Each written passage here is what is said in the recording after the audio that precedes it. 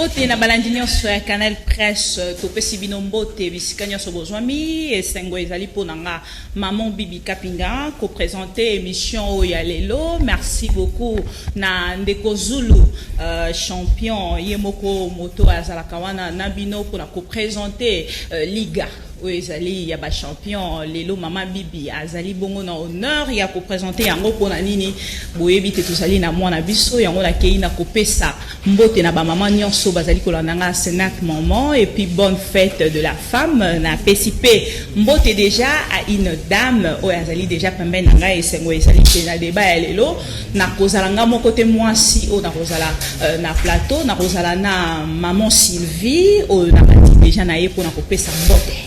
Beauté, maman, merci beaucoup pour l'invitation de notre plateau et n'a profité pour nous souhaiter une bonne fête de la femme à toutes les femmes de la République démocratique du Congo.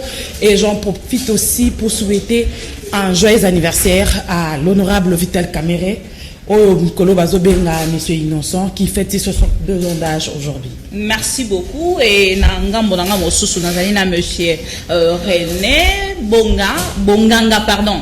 Comme Lisanga Bonganga, à qui j'ai dit bonjour aux aliments que ya MLC, pour participer na yo. Merci beaucoup madame. Na tombé bino fête l'amour, bino ba maman et c'est tout ndenge aux aliwana et puis na pesi mbote na bande konanga nyonso. Na ba congolais nyonso bazali na mboka o bazali banda o bazolanda biso. Je pense qu'il y a ba congolais to koloba nyonso kona bolamu ya Congo.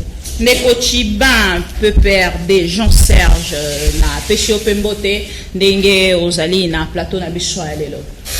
Maton de Mingi Maman Bibi, merci pour l'invitation dans le Canal Presse. C'est le mois de la femme. Donnez-moi aussi cette occasion de le Canal Presse pendant moi et bandi. Na tombé les mois et là on a pas signé sur mon qui. Merci. Et na pesi pas signé sur Kombote, pas si ya Beni, ya Butembo, ya Buchu. Bino ba y passe ils ont continué la pesi bino Mbote et na pesi Mbote. Na maman Olive Lembi, première femme rurale. Il y a RDC, la matriarche, Mbote Nekine Nyonso et na pesi Mbote na ba bazola na biso na bandalo. Vraiment merci beaucoup.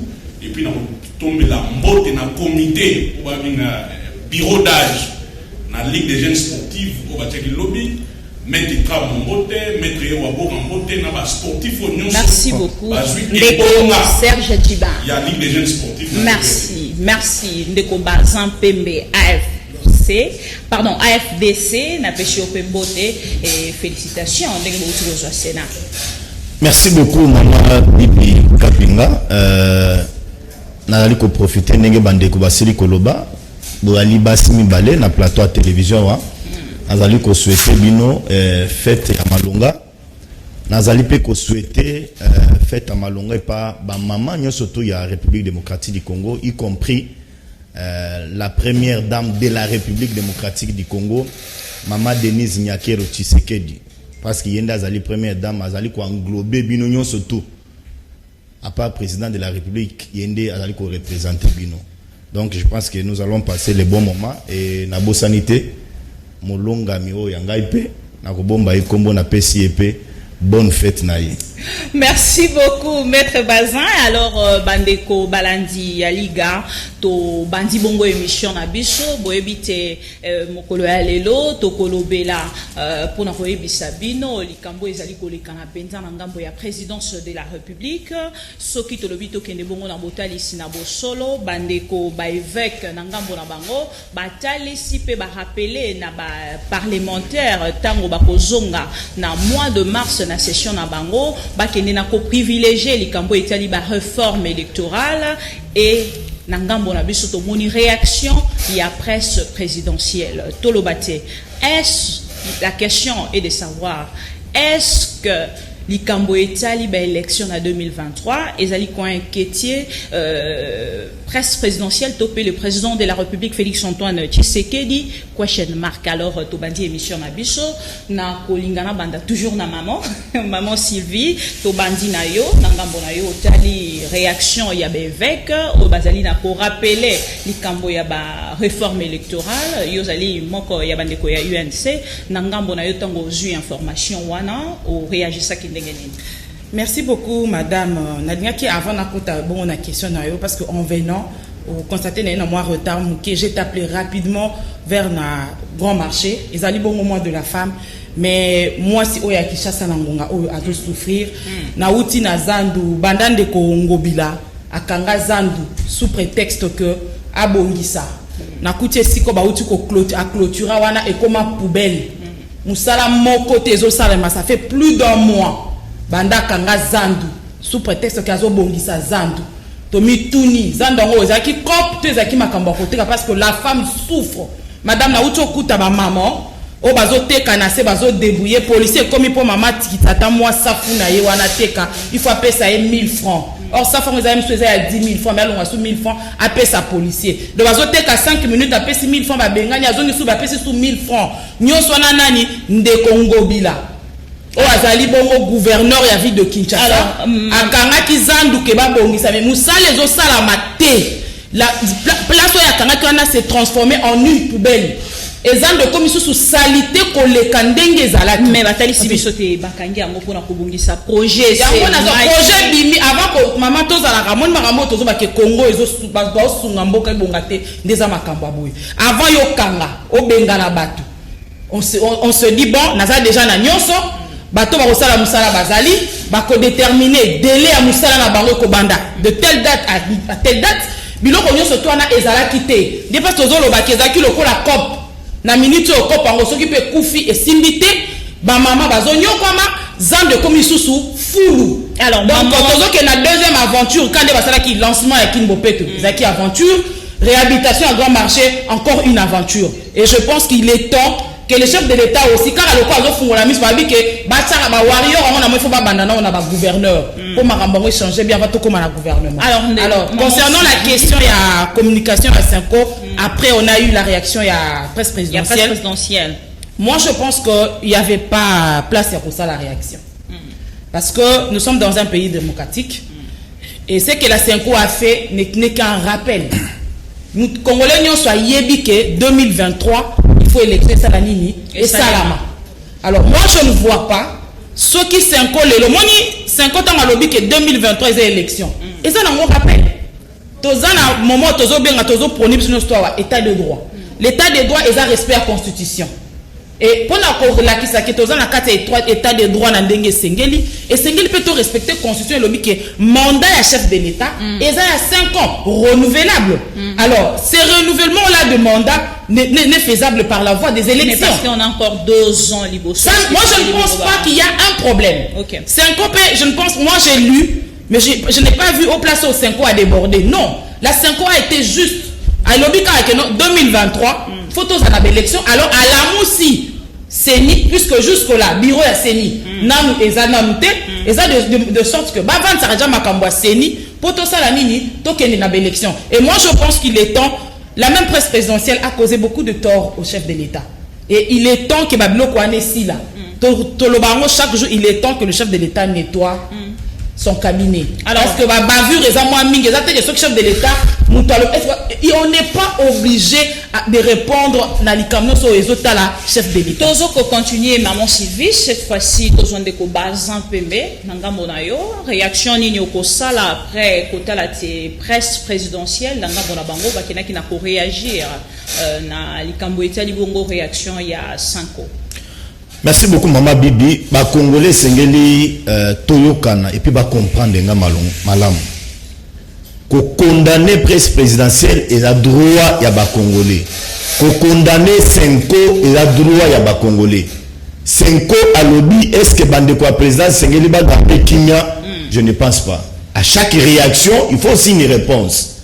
À chaque problématique, sengeli peut réponse moko ezala na katwana. Mais la question reste à se poser autour il y a institution CENI 2 ans et que il y a Ophélie où les Sénégalais qui Assemblée nationale où ils allaient qui constituer où ils allaient prendre pouvoir installer des candidats il y a CENI parce que ça de l'autre côté. Madame Janine Mabunda a cela comme ma Congolais na Bouluyek. Nous avons eu des morts na Katsambo Kanabiso. Maintenant que nous avons un bureau constitué ya Assemblée nationale bango nde basilaka koyamba ba candidat pour ba installer commission électorale nationale indépendante. Tosili komona ndeko Jean-Marc Kabund na ndeko Mboso tango basili kozala installer ba bandi ko tourner na bingomba nyonso tu ya ville na biso ya Kinshasa. Bamoni bande kwa ECC, bamoni bande kwa église catholique, ils ont vu ba différentes confessions religieuses. Mama Bibi. Botamboli na bango ezalaki nini? Ezalaki pona koyebisa bango que non, vous devez vous préparer pour ne vous présenter biso candidat, ba candidat pour ne toyeba comment ko étudier ba dossier parce que la situation a posé problème sous règne ya madame Jani Mabunda. Batamboli. Maman Bibi lelo toza na bureau Assemblée nationale constituée. Nous avons un bureau ya Sénat constitué. Qu'est-ce qu'il faut faire? Nanga nenga zawana azali fait mandat. Azali ko expédier ba affaire courante. Ba évêque ba eza droit na bango. Ya bango ko tambola ya bango pe koloba. Mais sengeli ko comprendre. Presse présidentielle va réagir. Oui, c'est bon. Ils ont droit à réagir. Bah évêque ba lobeli ba élection parce que ba évêque ba lobeli kaka sujet ya ba élection té ba lobela ki plusieurs sujets mais pour nanini et kangi kaka na côté au Italie ba élection en 2023. Maman Bibi kangi pourquoi? Il y a un problème. Oyebi nous avons une constitution. Où ils allaient couper sa mandat moko renouvelable une seule fois. Et les lots nous sommes dans deuxième 2 ans sur 2 ans et demi. Pour 3 ans, 2 ans et demi. Est-ce que volonté, intention, il y a qu'organiser l'élection, c'est là où il y a la question. Pourquoi on l'a fait avec Ndeko Joseph Kabila, Maman Biba, bien. Avec Kabila, nous avons trouvé les indices sérieux. Il y a mon thème Maman Biba qui a organisé l'élection. Kabila a créé les bisous à la veille pour organiser l'élection au NIP. Ache onip mbalamoko mende passé na ba onde ya ba télévision pour na koloba ete nenge zali boye sengeli to le kana identification congolais à la muka lobité. Nous sommes 80 millions d'habitants. Nous avons 26 provinces. Tozana ba kwena ba rekwen na mita onip ba identifier biso e kozwa ngonga boni. Batika lo pesa biso delete. Timing etika la ko pesa te. C'est là où église catholique, ba parti politique, société civile et la muka pour na kolobe que non, tous les gens qui ont Kabila a l'intention, il y a glissement. Est-ce que c'est le cas avec le régime actuel? Ce que Zolanda, président de la République, n'a pas sorti médiatique dans l'Union surtout. Il confirme à l'opinion qu'il n'acceptera pas que glissement est là, violation de la Constitution est là. Il y aura les élections en 2023. Merci. Mais pourquoi n'a tout pareil? Au prêter une intention. Mais Mabé, on a constaté, Mabende, il peut y avoir un dérapage. Bafou du roi Bazalaka. Bafou du roi Bazalaka. La presse présidentielle. Ah oui. Moi quoi ya bafou du roi. Mais nazo le bango c'est. Sommet. Na lobby na ils ont engagé ngai na lobby bafou du roi Bazalaka. Na sommet. Na lobby nenga na la boye. Soki moto ayi na télévision na fuya.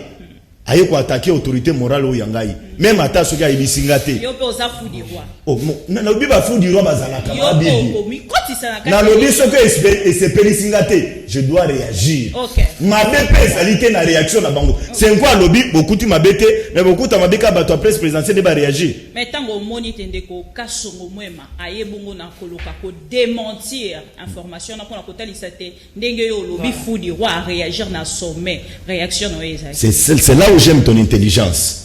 Tu vois les représentants légaux du président de la République, c'est Kasongo Mwema Yamba. C'est lui qui engage le président de la République. Un réseau social, Facebook, n'a un individu non identifié. Officiel. Maman Bibi, Maman Bibi, je suis de vous parler de manière administrative, sur le plan légal. C'est Kasongo Mwema Yamba qui engage le président de la République. C'est pourquoi j'ai aimé la pertinence de la question. Lorsqu'on est dans RTNC, Tofani Tomonika Songo, on voit la présidence de la République. Dis-moi le message de l'équipe dans les réseaux sociaux. Qui a signé le message en bas? On va revenir au maître Bazin. C'est ça le point. Il faut que la légalité. Nazine de René, ceux qui ont la relance, Nangambo Nayo. Réaction, il y a présidence par rapport il y a Bandeko, il y a Sanko et Tomoni Bongo, Nangambo Yandeko, Kasongo Mwema, ko démentir information wana pour la rotali cette moto Sanyango volontairement pour se faire plaisir. Merci beaucoup, Maman Kapinga. je pense que bateau balanda biso na banda ko ebele baleki biso na maye. Faut tout respecter bango. Ouais. Nazali perdu ko landa juriste monene o to message na ye na partager ba point ebele mingi na ye melelo je suis perdu. Vous allez ensemble na kati ya union sacrée. Oui, mais to yete poto massacrer ba congolais. Okay. Mais to la sabango nzela lengeni les ali. En dehors ya ba sortie médiatique to zape na cité to yoka nyonso ndenge zo lobamo. Okay. Ako sex abino muke utumo ko na Facebook ke soko lingo betama kende na 10e mairie. Ganga kaka ba élection okubima bivate. C'est pour la collaborer. Tout le monde se zoloba. Maintenant, tout le bas oyo ezole kana président comme cacophonie. Ndeko wazo bunda na koloba bonabo. Moto ya lobaki mama tunion bien. Pas joine ezali pas officiel de la presse. Question ezali simple ndeko nanga. Bozo kende pourquoi? Je pense que il faut toujours moi sim. Il dépêche à na pouvoir lelo. Tout cela qui marche na il dépêche que soutenir Senko. Toko ko rappeler le waya ba Mukendi et tout ça pour makambo. Et lelo il dépêche à cause de la mémoire courte.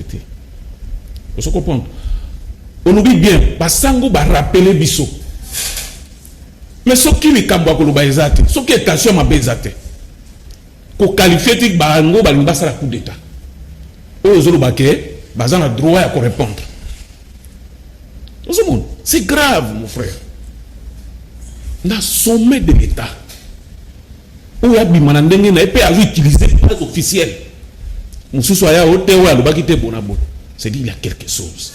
Parce que tout le monde est président. Moutou ya salaki le Kamwana. Sanction inazui. Comment vous voulez que le président c'est un boulou et qu'il n'y a pas payé moussous. Réagir après. Président de la République. Non, madame. Même attends la TV, ce que s'engage que moi. Dis ça. Vous comprenez? Banda ou banditi na ebike vous allez bien connecté. Est-ce que vous avez un moto non, on a pas monique ba réaction à bateau boya bateau bazana ba état. Non. Kasongo kende beta boy. Nous connaissons les joueurs et leurs jeux. Tout ça, c'est une union sacrée. Donc, union sacrée, objectif est derrière, en fait, cette histoire-là. Objectif et union sacrée, c'est d'abord la réforme de l'institution. Avec comme objectif, l'élection, la date prévue. Et ce qui est je pense que l'union sacrée, comme la FCCT, parce que non. Mais pourquoi faut alimenter à ce moment pendant que tant va nommer premier ministre Atali Sakite et Zali Penza na moté manaye à Kozwango. Je pense que nous devons saisir au bon communiquer. Oui, il faut tout saisir le basango balobi. Parce qu'on les a dit priorité. Parce que la crise union sans répétition, c'est les élections à la base. C'est bon. Comment au Covid-19 on va toucher vaccin on a tout sombi en côté on peut ça na nyongo l'été on pèse la raison mon côté que bonabo et puis ba pesa oyebi ba matière première mati ezala pétrole ezala ba cuivre bonabo ndenge za misolo zo côté ce que zo mona te do bazo yiba yango raison moko ezali teto poussa to lo bakeo Covid bonabo non mais faut comprendre pe na kawana pe ya Covid et participer pe nous avons dépassé na likambo yango na budget l'état o bongo biso to 18 to na Covid des années ba vaccin o ba pesa ezaba mindele ba do tindela biso to futa sima ça n'a rien à voir. Donc nous devons nous préparer. De quoi l'objet que non, que c'est un fait bandit pour bâtir l'équipe à Séni. Oui, c'est ça. Makambo Gorobandé, Basango, bon, Basango, le Gorobaki qui a beau éviter, mais t'as les alibos et t'as les alibos. Bon, à quoi sert quoi pour qualifier Bango de Bassara coup d'État? Ndeko Serge Chiba, Nangambo na yo, est-ce que Sengela Kibongo, na présidence, topé presse présidentielle, pour réagir après réaction, topé déclaration, il y a Bandeko ya Sanko, pourquoi pas les députés au adresse qui bango message? Merci maman Bibi, au repère Sanango, Ndenge Moko, na mettre bazin, on a ça là, correctif, on a yoki, na ma webélé qui na plateau, na obana Sylvie. On se rebelle, merci. Et puis, na tombé joyeux anniversaire na Vitel Kamere, partenaire négligé, à Kobaï, à de la justice en Zambie. Et là, on dit maman Sylvie. Maman Sylvie, na monde badi na mamouya Zambie. Oza moisi, oza elengi, oza mayele. na biso kota na gère politicien té ya ba député provinciaux moko na bato musu ba oleka na plateau oyo zando lelo oyo ozolobela mo zando komi salité est-ce que zando ezala d'abord propre et baki sami s'il vous plaît tant vous avez le qui on mongolo ba Gentili ngobila kuti zando wana salité ozalaka wapi pona kolobela ngo mukeba ya zalaka wapi pona kolobela mambo zando quand kolongo azalaka wapi mais tango Gentili ngobila une initiative ba moderniser zando ba blocage bandi d'abord un na INC deux na UDPS ngobila est venu pour quand même mon pépé à Sika na ville à Kinshasa zando le maman tous en moi de la femme, j'ai beaucoup de respect pour les femmes. Toutes ces mamans, toutes nos femmes que nous avons dans Zando, on vendent toujours dans la casse, dans la saleté. Depuis la nuit du temps, vous l'avez monté. Mais comme Tozali, permet en 2023, Zando est comme une coque pour votre député en 2023. La lingua, la commune à Kinshasa. Mais la population est populaire. Moukeba est un député provincial. Il doit faire des lois pour appeler sa Gentili Ngobila. Loi n'y a ça dans l'Assemblée provinciale pour développer comme la lingua. Loi mon côté, maman. Loi mon côté. Azoata paperas. Oh, ça la proposition à loi européenne c'est total. Égalité. Ma paix à Moukeba est allié. Balingine mon solo. Mais pas s'en foutre à bango. Gentili Ngobila au moins paye tous les députés provinciaux. Autant foutre à bango 3 mois. Quel n'est pas ma ouest les députés provinciaux sont 24 mois impayés. Quel est ma province sous les députés provinciaux sont 26 mois impayés. Mais bango on a fait décembre auto foot 3 mois. Mon Québec qu'est-ce qu'il a fait dans la commune de Lingua? Quand Colombo qu'est-ce qu'il a fait dans la commune de Kinshasa? Non. Sauf que l'électorat 2023 le gouvernement comme Gentili Ngobila te, ba le ngona comme Zandoute. Et puis Makamouya olobeli Makamouya Kinshasa Bopeto. Kinshasa Bopeto ezali programme vision ya Gentili Ngobila. Ce programme demande d'abord un changement à niveau état d'esprit. Kinshasa Bopeto, évidemment, c'est la construction des routes. Ngobila est en train de s'atteler sur ça. Vous avez Mombele, vous avez de la paix, vous avez Elengesa et tout ça. Kinshasa Bopeto, c'est aussi l'éclairage public. Qui est dans le boulevard, qui est dans le Kinshasa Bopeto, c'est aussi la construction à Wezasika. Type Kaizotongama. Kinshasa Bopeto, c'est les changements. Il y a vu la Kinshasa, aspect nyonso. Maintenant, na koyano la mutuna na yo mama. Ezali pasi na mawa. Mais nazo ebisa ba sous-traitant ya IDPS. Na bato IDPS. Vous n'aurez pas 24 heures de glissement en 2023. S'il vous plaît, Bazin. Nous ne sommes pas sous le bois, Bazin. Bazin Pembe. Oh. Bazin Pembe, mais nous ne sommes pas sous le bois. Bino Boglissa, tu as tout le temps de parler, je ne parle pas. Kapanga na kufa bona glissement. Tu peux te calmer. Oh, je suis calme, mais il faut recadrer. Alors, non, tu auras ton temps. Sinon, tu deviens un étudiant sur le plateau. Non. Monsieur Bazin, s'il vous plaît. To pesa ki autant na yo lobaki. Otika ina lukuta ke mabi. Serge Tibin loba ce que ça na maloboko bakisa. Maman Bébika Pimna, Tozoye Pisa va chanter nous soit IDPS, na chef de l'État. Anana Franck Diomo. Lui parle que va jalon égalité. Franck Diomo parle des élections 2030. Basile Olongo. Oui, il jette les jalons. Madame, ils sont en train de préparer l'état d'esprit à la population. Franck Diomo parle des élections 2028. En vertu de quoi? Nous savons qu'est-ce que vous êtes en train de préparer. Mais nous disons à tous les centres du chef de l'État, à tous les sous-traitants de l'UDPS, vous n'aurez pas 48 heures à glissement en 2023.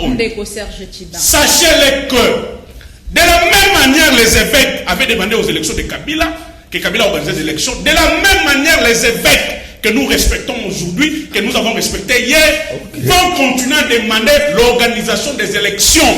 Ils sont dans leurs droits. Et puis, voilà comment vous nous amenez l'amateurisme au sommet de l'État. Les loges, il y a des fous du roi. Donc, il y a même des fous du roi au sommet de l'État, à la présidence de la République. Oui, ça c'est la gestion de l'UDPS. Et puis tu es en train de nier. Les communiqués où on est mis la page officielle de la présidence de la République. Et ça, la page à Bazin Pembete. Et ça, la page à Dynamique, les changements, c'est la page officielle de la présidence de la République. On sous-attend que communiqué on est pas ça qui. La commission, sur la direction, il y a communication en présidence, ça a été traité et ça a été fait à dessein pour que vous puissiez vous adresser et pas ensemble et pas l'évêque. Toyebisi bino. Bon ça la meeting de bolingi. Ba parlementaire de boya de pes. Bolo ba nek bo finga ba sango, bo ka ba sango ba latin vela pembe ba kotika la pembe. Mvela wana comme ya mwindu te. En 2023, vous n'aurez pas 48 heures d'admission dans Bokao. Merci beaucoup, Ndeko Serge Chiba. Maman Sylvie Nakozonga Nayo. Est-ce que vous allez pour ou contre candidature unique en 2023? Parce que tout le monde qui Ndeko Steve Mbikai, Atalisaki, na président de la République, et la Bandeko Nyonso, Bazani na Kati ya Union Sacrée, Basanga na Penza pour soutenir le président de la République en 2023. Azala Yemoko, Motomosusu Pene Pene na ete. Merci beaucoup, madame. Je crois qu'il faudrait réagir par rapport à Ndeko Chiba. Oui. Au moins, il y a un beta masolo. Ok. Nga bato ba yebinga, nga nazalaka ni derrière un député pour en charge à Zanité. Je ne suis ni derrière un député provincial, d'ailleurs je ne suis même pas dans ces histoires-là. J'ai toujours été juste. Ngai Moko, je suis allé sur place au grand marché. Je vous informe que c'est monsieur Hassan. Moi j'ai vu avec des engins avant-hier. Ayo kolongo la saleté aux Zalaki na enclos au Ngobila Salaki pour na soi-disant ko moderniser grand marché. C'est Hassan. Je l'ai entendu parler aux femmes avant-hier. Yenda komi kolaka bango que d'ici la fin du mois de mars, bozo zongela zandu. Bozo zongela. Ça dit l'isolo y a 30 millions. Oh il fallait qu'il passe là, soi-disant ma solo au Ngobila zandu et Koufi. Nous serons la COP en estimbité. Nous tous, messieurs, moi je ne suis pas ici pour parler de la personne de Ngobila. Je parle de sa gestion. Ngobila a appelé le chef de l'État Nabandal. Basala lancement, il y a King Opeto. Et après quelques mois, tu as Okuta Matitina. Quand place Basala lancement, si tu vas aujourd'hui, Okuta Saleté. Ndeko Chiba, il y a des visions, il y a des non, vision, quand on lance une vision, c'est-à-dire on a tout est prêt. Après le lancement, ça doit directement être le début de travaux. Kinshasa, Ngobila, quand tu lui dis qu'Akouti Saleté, oui. Mais depuis Akouti, ça fait combien d'années que Ngobila dirige la ville? Assa Salimini. Je vous informe, si vous connaissez l'état de la route Kimwenza, dans la commune de Kalam, Yolo de l'avenue Victoire jusqu'à Yolo. C'est impraticable. Yolo, Nani, Bazata, na moyen, Koko Makakunate. Donc, Toti Kamakamu, Yakosala, populisme, il tue la ville. Ngobila est en train de détruire la ville de Kinshasa et puis on doit se le dire. Comme Naé Azandu et Koufi, laissons les mamans aller se débrouiller. Faisons la propriété de la grosse du grand marché autrement. Je reviens maintenant au sujet. Il y a Gambo Itali gestion Azando yo na de Serge Chiba ce qui a zali et ça même comme ça la débat pour tout est ce qui est clair les Congolais sont tous les Kinois en particulier sont témoins de ce que Ngobila est en train de faire. Est-ce que vous allez pour ou contre pour la Nous sommes dans un pays démocratique premièrement. C'est la République démocratique du Congo. C'est un pays démocratique.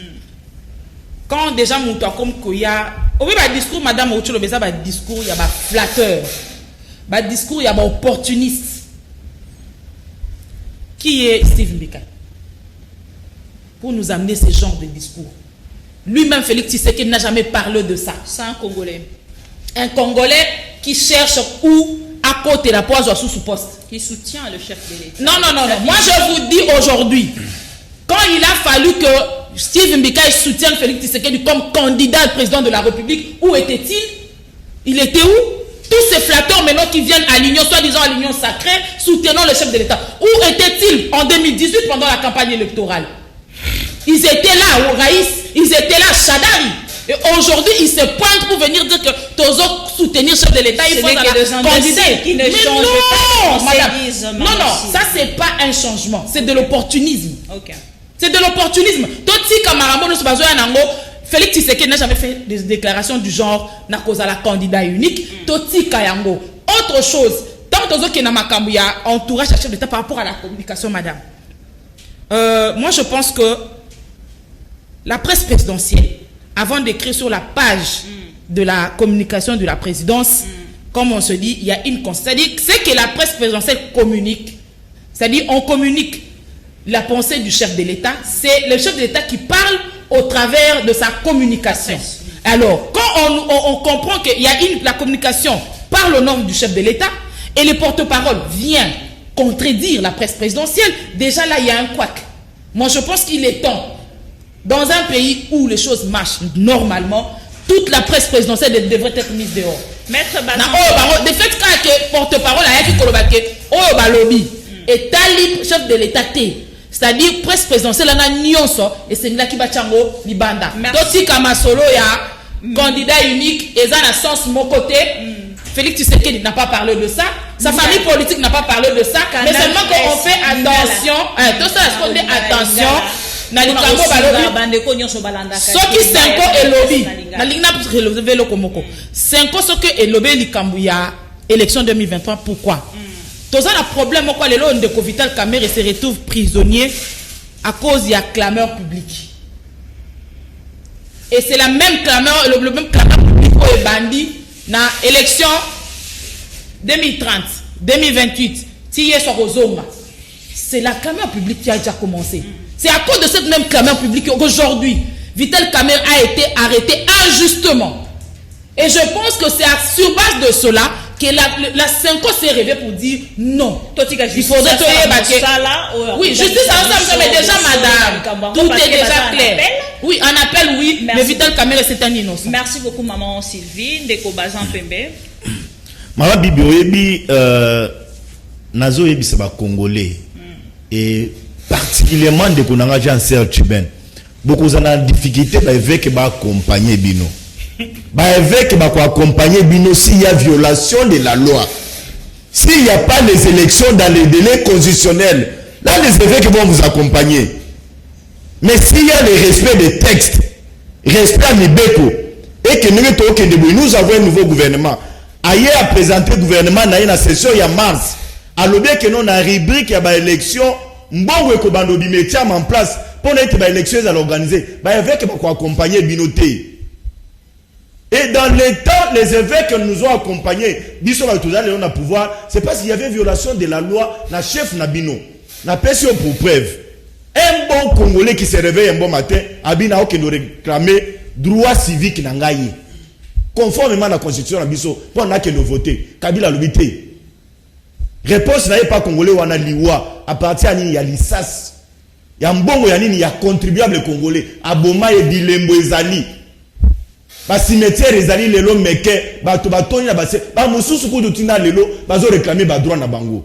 Mais sous Félix, ça ne se fera pas. Et même nous qui soutenons Félix, nous n'accepterons pas que tout indaye na mbeba ya violation à la constitution Mama Bibi. Parce que nous prenons un état de droit. Mais nous avons Jean-Serge Tchiben.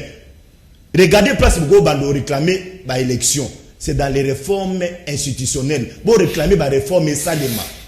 Par réformer CENI, Cour constitutionnelle et bureau Moussous. Là vous allez gagner. Poussez-nous à ça. Mais Nanzela Bokozo Malongate. Parce que vous n'avez pas la rue. Nous avons la rue avec nous. C'est ça un pouvoir Mama Bibi. Mama Bibi, n'a pas risqué na bossa ni logo mokonde. Jean-Serge Tchiben à lobby. Il y a des erreurs à la présidence, mon frère. Je vous dis oui, mais moi je suis en train de les reconnaître. Nous devons reconnaître qu'à la présidence de la République, il y a les erreurs. Matériste, bazali na kati. Mais qu'est-ce qu'il faut faire? Ezane na ko diaboliser, non. C'est de dire au chef, parce que c'est ton chef, que la réforme est seigneur les alama. Train de vie, bateau, bazana, présidence est seigneur ekita. Mais nous, on est avec Félix, non? On dit que non, na niveau à présidence, train de vie, na bango équipe. Est-ce qu'il y a quoi yebisa Kabila bongo? Nenga zawana kongeo yebisa Kabila. Mais non, on le dit, parce que nous sommes avec le peuple. Tozo mona souffrance, il y a peuple congolais, nenga ko mona pasi. Bachibe bana mbongo ya kusala opposition moko ya malonga, parce que bana mbongo. Ils vont faire l'opposition à la télévision. Alors l'opposition de la télévision, il faut arrêter. Maman Bibi, pour conclure dans cette histoire ici, demandons que la session ya mars, Premier ministre a présenter gouvernement naïe. na rubrique wana singela tia rubrique élection. C'est ça un état de droit. C'est ça la vraie revendication. Mais yango ba catholique basali déjà et ngambo la bango bazui réaction ya fou du roi ndenge yo talisi kombo na elelo oyo akeina ko réagir na ngambo na epona ko talisa te ba sengelité ko sala yango. Maman Bibi, ça m'engage que moi. J'ai du respect envers les évêques. Lito toza nango lelo ya pouvoir. Ba évêque ba ko s'approprier bango mon côté. Ba évêque ba servir biso ba cadre. Tokuta na liboso ba église ya biso. Biso peuple ne to banda okende kuna. Bon, eza litika ya bango te ya biso nyonso. Mais koki ko zonga na 2020. Mais tant que toujours réclamer bango ba réclamer biso do réclamer. Mais ya bango comme acharnement te. Et comme mauvaise foi à la personne et à président de la République te. Maintenant c'est la maman Sylvie. Na yebi c'est maman Sylvie akwe yana quand ya ba politique était. Lelo na Congo ba Congolais bazo voter sur base ya maye na batuté. Ba Congolais ba comment voter sur base ya ba populisme. Moto azolika na télévision Ngobila Tshisekedi Congolais mona moto wana ndiye voter. Otindi na assemblée nationale, otindi na assemblée provinciale, otindi na sénat, ya fanda kabo voter. Voter na suka fait akiozo mbongo na ye. Mais attaque aux Abik. À ça la proposition mon beko atikalo salate. Ça c'est une erreur. L'histoire de la ville de Kinshasa, marché à ville à Kinshasa et sengeli mama Sylvie Soko Kota Kazando. Mama zoteka likolo nyei. Azoteka likolo masuba. Alors toko rappeler est-ce qu'il faut tout tika ka ba condition bongo? Non. Toko rappeler na ça c'est du populisme au bato ba oluka. Tetozali en direct na Canal Presse Liga Oboyebi lelo ezali bongo émission jour ondeko Jules Boulembi otobengaka Zulu ndeko Zulu a présenter caméra sali obabengaka honneur na maman Bibi Kapinga banda semaine oyo po ezali moya ba maman lokola ngai na bandi lelo na ebite lobi to lobi kuna ba maman mususu bakobaki sama peut-être jusqu'à la fin de cette mission ako annoncer déjà moto ako présenter tango mususu bokolo lobi to pe samedi lolenge to salaka de temps en temps et lelo na ko rappeler te tozali kolobela likambo oyo bandeko ya 5 to pe ba évêque ya 5 batalisi te na gouvernement oyo ezali en place to pe na président de la République na ngambo na bango bakendaki plus ko s'adresser na parlement na ngambo ya ba député pour na likambo etali ba élection na 2023 tango bazali ko zonga na mois de mars bakende bongo na ko privilégier likambo etali ba réforme électorale alors ezali question et faire fâcher et les lots totali position il y a présidence échangée na nzela ya ndeko Kasongo Mwema alors tozali ko solola yango na débat ya mokolo ya lelo alors ndeko René lelo tokoki koloba te na ndenge makambo ezali ko kendele na 2023 tozela bongo ba élection. Merci beaucoup maman Kapinga. Je pense que de ko baser à la difficulté. On a sima wa lobi ke ba sango soki bazo loba ba ezala comme acharnement te. Heureusement soka landa ki yo bien loba uti ko lobila e wana ke ba mi s'adresse ki na parlement. Et loko ya lobeli ndeko. Mais bon ça ki ba sango ba loba ki ya. Alors, il faut en position moko clair. Mabe o ba sango ba sali wana. Exact. Ezali ka devoir na bango pour na ko rappeler biso. To yeba ke nini to ko sala. Je pense que loko moko e bona boizate mais ngana zo regretter de cacophonie wana au sommet de l'État. Tu vois, ça pose problème. Tous alliés en tête à l'Union africaine, tout ça. Pour ma cambobo, mon na kabongo ils a bien été. On tout na mutu na moko wana pona candidat unique na mini bonabo. Non. Je pense l'union sacrée, bah objectif nango et yebali. Cette époque to kende ti bonabo. Bien sûr, là pour la réforme et tout ça. Ça s'engage que moi, l'union sacrée jusque là, apparemment ils ont encore fragile. Ils sont encore fragiles. C'est très tout comme à niveau wana. C'est encore fragile aux autres parce que on est allé je pense que je vais m'exprimer. Je vais m'exprimer après sortir à gouvernement ma cambouillon sur tout là est-ce que les engagements voilà. Mais moi c'est ça. OK. Voilà. Olobaki comme ndeko Steve Bikai heureusement maman lobi mingi ici ndeko wana bon. toyebiye azalaka zakaka ye moko te tomonaki mpe na ngambo ya fête ya UDPS na ngambo na bango batalisaki te bakolongwa na pouvoir tina ti donc mpona komartele kaka kombo ya ndeko nasekisaki bino wake soki olingi babeta yo kende na 10e rite tangaka kombo ya baélection koyeba c'est pour dire que basango balobi pamba te ozomona mpe position ya ndeko po aloba clair azolinga kima et tout ça yango azozwa mwa mobulu po ami se situer réellement na débat ozomona donc c'est Mbikai toyebi d'abord azalaka élu na liste moko na IDPS tango azalaka député après akimi akomaki na FCC tango na FCC pa azalaki na parti ya Bati tango amoni Bati ya telemeri Kabila po akimi ozomona bapanzani azongeli susu Bati bien que nazoka ke Bati alinga même ko yamba na téléphone te soka tindi bango na délégation azo écarté bien yende azali ayima kamona bien donc non c'est pas le modèle batondé il faut que tu le mettes bango parce que hier ils avaient siko à kozwa kwanga il oublie tout et c'est pas sérieux on évolue c'est pas sérieux donc union sacrée zali na ba objectif connu autour na question je pense que c'est très tout mais bandeko ya IDPS slogan na bango zali état de droit état de droit ezali ko respecter mibeko ya mboka et to suka wana voilà mais position actuelle il y a présidence et qui quand même na kosunga na likambo to pe ya débat pour na moni lisusu 5 ans pe na ngambo na bango ba meki lisusu na ko réagir depuis mokolo ya lobby pour na kotalisa te ba ko changer position te to pe ba ko retirer ba propos te non soki mutuana ya asalaki communiqué wana asala na ndenge moko mbela zwa ki sanction ils ont mérité ba sanction voilà mais jusque là silence radio donc il y a quelque chose tu vois il y a quelque chose tout ça mona tout ça la cité maman tout ça la cité tout yo kanenge ni zolo bama mais ngana ko rappeler kaka bande ko na biso IDPS que tout tema kana nzela ko bare bande ko na biso nzela ba glisser tout tema na nzela ke mi be ko amboke za la respecter alors tout ça la ba exemple sur le moment toujours pour l'état de droit donc tout tika la wana tout tika biloko moko ezangiti na bonabo je pense c'est que ba journaliste beaucoup de bande ko na biso IDPS pour mona kayona bango bozalaka mingi ko de bango ba mika ko basi na sala batonyos na sala kana bande ko IDPS to ça rappelle bande ko PPRD bande ko ya AFDC ainsi de suite ndeko Serge Tiba pour ou contre la candidature unique en 2023. Madame Bibi, tant nous avons dit que les jalons sont déjà jetés pour que tout côté en il y a état dictatorial, la dérive dictatoriale, la gestion catastrophique, ils allaient déjà socle, il y a aucun naka dans la dictature en Boko Nabiso, c'est clair. Ndeko Steve Mbika Ozotan, il est clair qu'il y aura la candidature unique. Il y a Ndeko.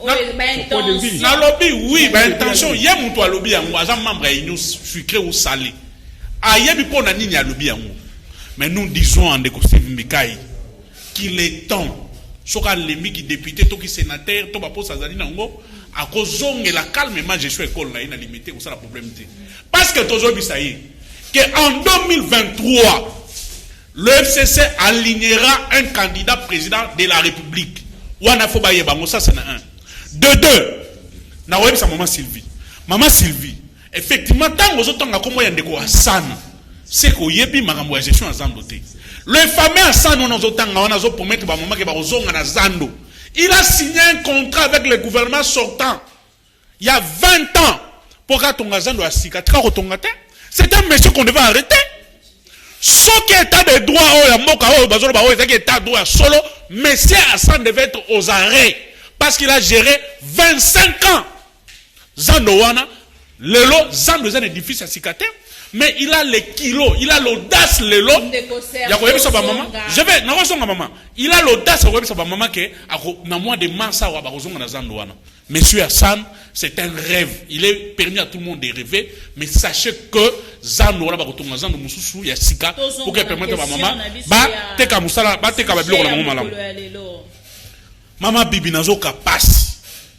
Bazin Pembe, c'était un ami que j'apprécie beaucoup. Et surtout, je l'appréciais beaucoup quand il était président du mouvement citoyen. Tant qu'on va siffler, la Kabila dégage. Mais depuis à comment sous-traitant IDPS, à Longo comme sous-traitant IDPS, Bazin Pembe n'a plus la clairvoyance en termes de réflexion. Bazin Pembe affirme sur ce plateau que c'est Kabila qui a tué Thérèse Kapangala, comme si Kabila mouto l'attaque sokoto à la policier, à Kena Bouma Thérèse Kapangala, Bouma aussi Moukine. C'est une bonne chose, si tu confirmes ainsi. Je peux aussi te rétorquer. Donc nous pouvons aussi conclure. C'est Félix Antoine Tshilombo Tshisekedi qui a fait tuer les membres de PSO à Marsaka Awa. Nathan où il y a confinement. 5 personnes. 5 personnes va koufa. Donc, c'est le chef de l'État, né à Bomissa Bango. Si je peux réagir et réfléchir selon toi, non, ça c'est de l'acharnement. Oui, je sais que dès en 2023, vous n'aurez pas un autre discours à sa population, si ce n'est que Kabila. Ah, que Dubaï a rezongate, yéwanazongi. Oh, que Boya Rosalate, yéwanazongi. Parce que vous n'avez pas de choses à donner. Au lobby qui veut accompagner sauter. Tu te trompes, Bazin Pembe. De la même manière que les évêques avaient accompagné l'UDPS, pour que l'UDPS le lance beaucoup. De la même manière que les évêques seront en nos côtés. Parce que vous n'avez pas l'intention d'organiser l'élection. N'est-ce pas qu'on sur Awa? Ils ont brandir Covid. Bon, bibi Simbongo, bon, n'a pas l'État pour la Covid. Au contraire, l'argent venu des contribuables. Oh, bah, tchakia, bah, fond, bah, sélection, ni nous, l'amont de mon anaté. L'argent venu des partenaires. Oh, bah, paye ça pour la Covid et mon anaté. Donc, dans ma Covid, vous n'avez rien dépensé dans mon solo à l'État. Parce que mon solo, le premier ministre, oh, ministre, n'a pas la santé, était le tout puissant, il est le monde en tête. Les médecins sont impayés, les infirmiers sont impayés. Mais nous vous disons ceci, 2023 est Kozala. Et vous n'aurez pas un jour, Félix Antoine Tshisekedi, chef de l'État, n'aura pas un jour pour glisser. Deuxièmement, est-ce que nous sommes sûrs qu'il y a un couac? Vous voulez déjà glisser. Il y a un chanteur congolais qui est arrêté à Goma. Un chanteur congolais, Oyemi Nzemu, a rappelé à travers Nzemu, mon chef de l'État, ma prérogative, il y a chef de l'État. A promettre que bango ke fana na est. A promettre que bango ke guerre aussi là. De quoi lèche? De quoi lèche kutute, mususu bakanga na Goma kuna. Ah ouais, Goma, OK. Il est en prison. Ça fait un mois. Ma peine n'y a sali. Pour avoir rappelé ce mon chef de l'État que alors qui guerre aussi là na est, alors qui bitume aussi la boye, ya ko fana kuna. Ma peine de quoi na ywana? Non. C'est de la dictature que vous nous amenez. Alors, ne pas lâcher pas Yembi. Ayembi Sibino, Motuna, eza l'issacité. Et puis, il y a l'obika a été. Parce que déjà, pour Bani Gokang.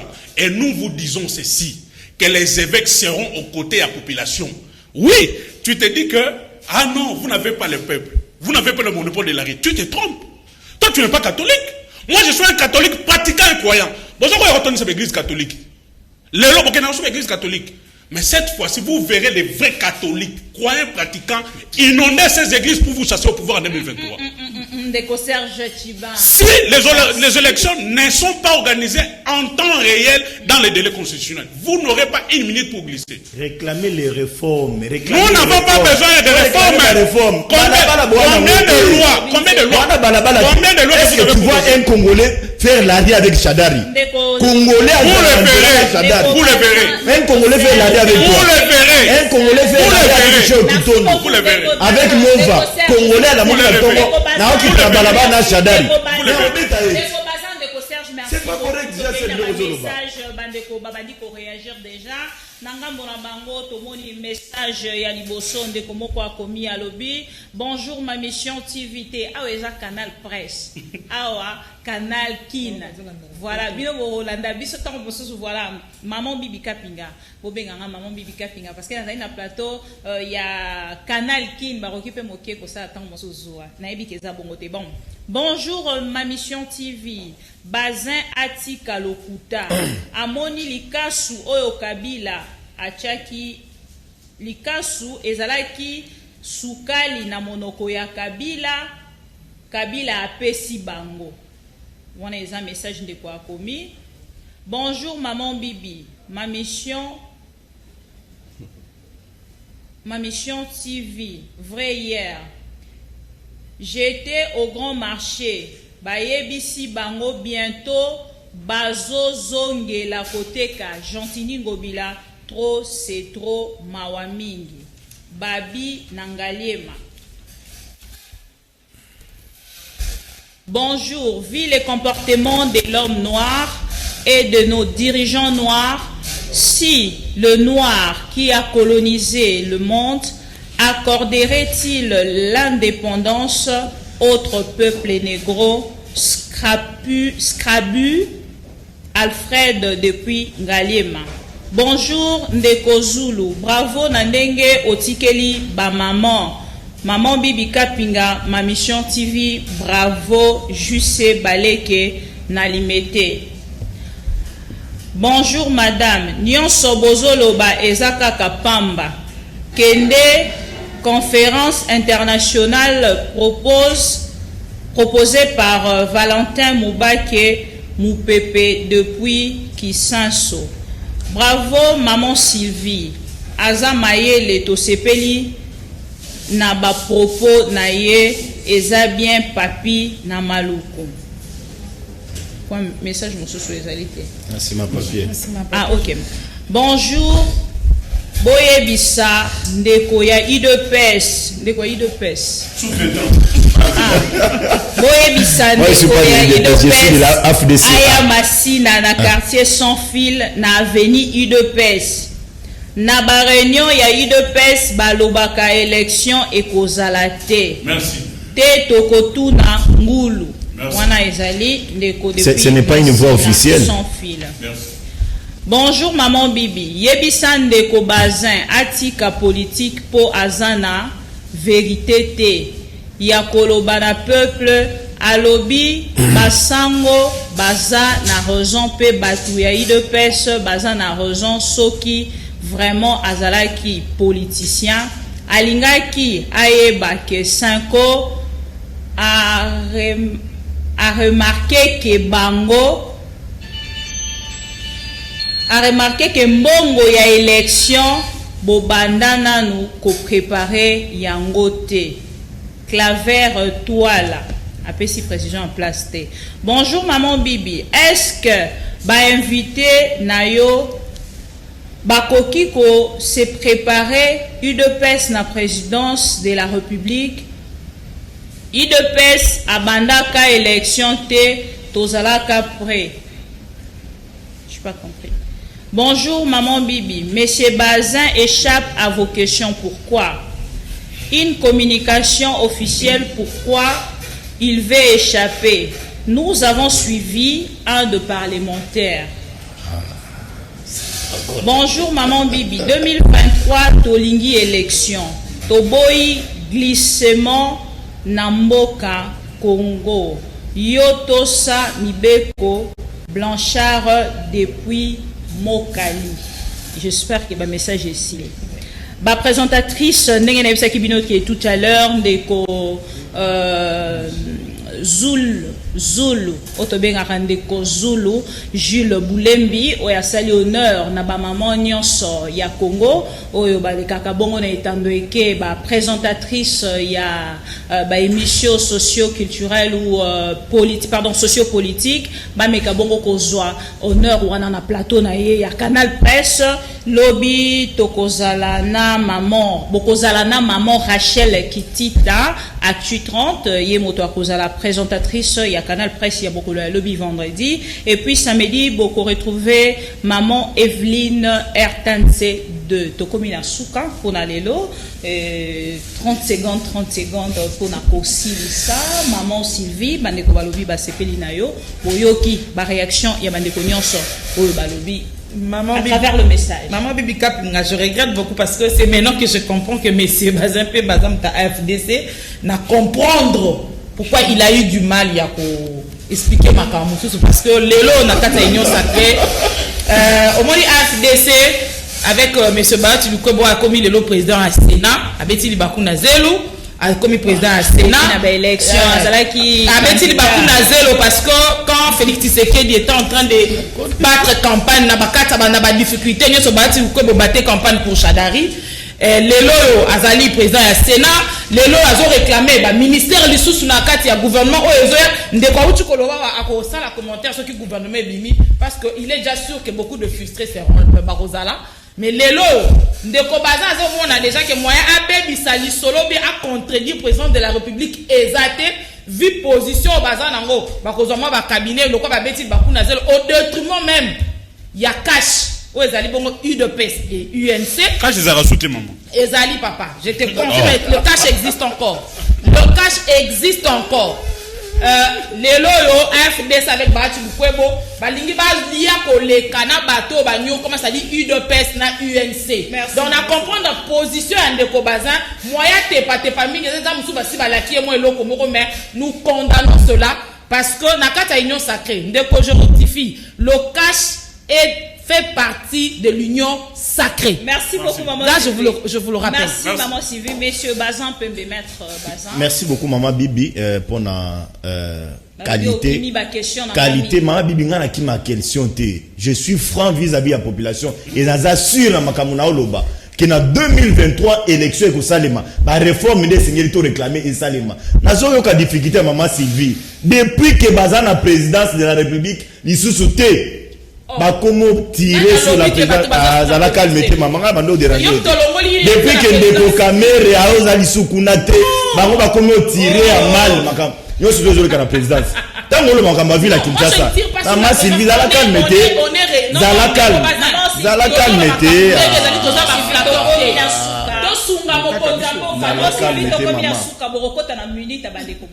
calmeté maman Sylvie nazo yebisawe ke élection ici la main que ça dans l'Assemblée, dans le Sénat,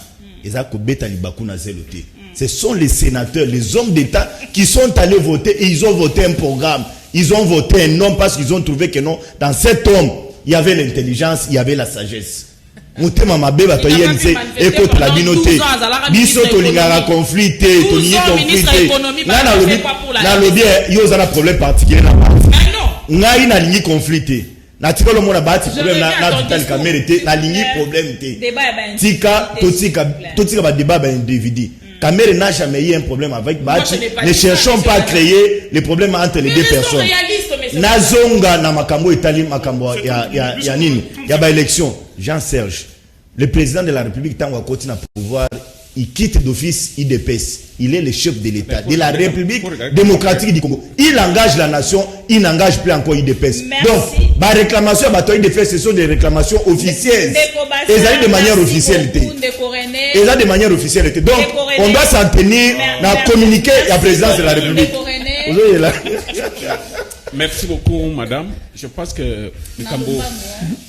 Deux poids, deux mesures. Voilà. Je pense que tout le monde kamba mutu ya mingi. Les politiciens n'ont pas en considération communiquer ya Senko. Ils ont intérêt à Congolais.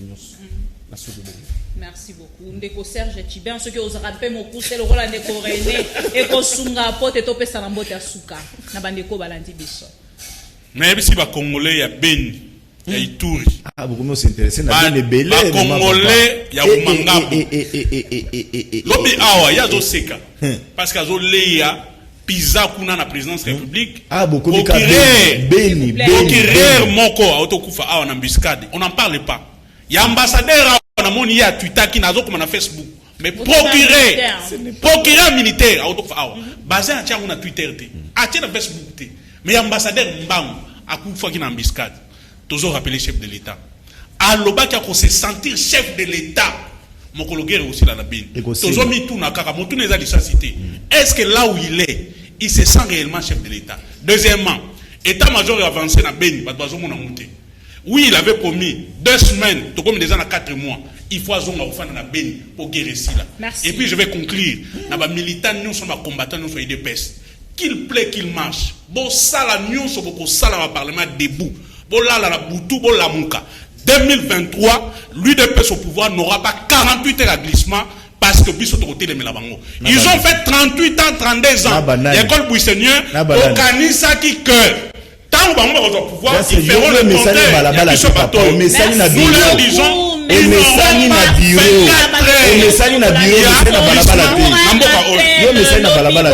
Maman Rachel Kitita Acti 30 samedi bokozalana maman Evelyne Erdance 2 merci bozala ki ebele kolanda la liga oyo maman bibi a présenté mokolo ya lelo et ndeko Zulu ba maman ba lobi ozali ya bango ba simbio na motema pe to kosimba o makasi surtout que moi oyo pesi biso lisusu yango to pesi openza merci et puis na ebisi na bande konyon sote après na Canal Presse bokolanda pe na ma mission TV to ebi que contrat ese si là mais bokolanda quand même pe na ma mission TV pote mama bibi azalaki a mokolo ya lelo merci na balandi nyonso ya Canal Presse oyo bozalaki wana pona kokoma kotinda ba message na bino ebolimbisi na bande ko nyonso ba message na bango et quotité merci à la grande équipe technique o bazalaki wana lelo to moni de Kofredi Tankidi Tata Mobish les sapeurs to moni de ko Coupar Bola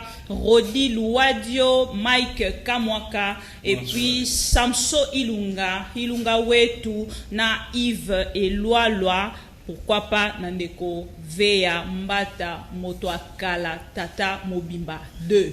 Merci Nabino nyonso tokutani mbarasima po na ba information mosusu po na lelo to suki wana to botika la malamu na mabota na bino.